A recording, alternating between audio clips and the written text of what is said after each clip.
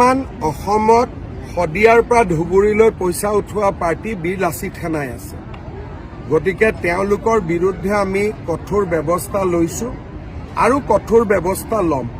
বাকী ঠাই বিশেষে যিসমূহ ঘটনা আছে তাকো মই কালি এছপিক কৈছোঁ যাতে তাৰ বিষয়ে নজৰ ৰাখে। মই এইবিলাক নাম টাম নাজানো। মই এটাই জানো যে এই সংগঠনটোৱে শদিয়াৰ পৰা ধুবুৰীলৈ চান্দা উঠাই এটা ব্যাপক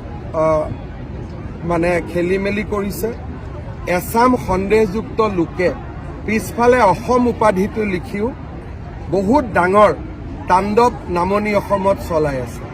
যেনেকৈ এটা নাম কিবা ৰিজু অসম নে ৰিতু অসম, তেওঁৰ নাম কিন্তু ৰিজু আহমেদ নে ৰিতু আহমেদ। অসম নামটো লগাই এতিয়া গোটেই মানুহক বিপথে পৰিচালিত কৰাৰ কামতো তেওঁলোক লাগি পৰিছে, বিশেষকৈ নামনি অসমত।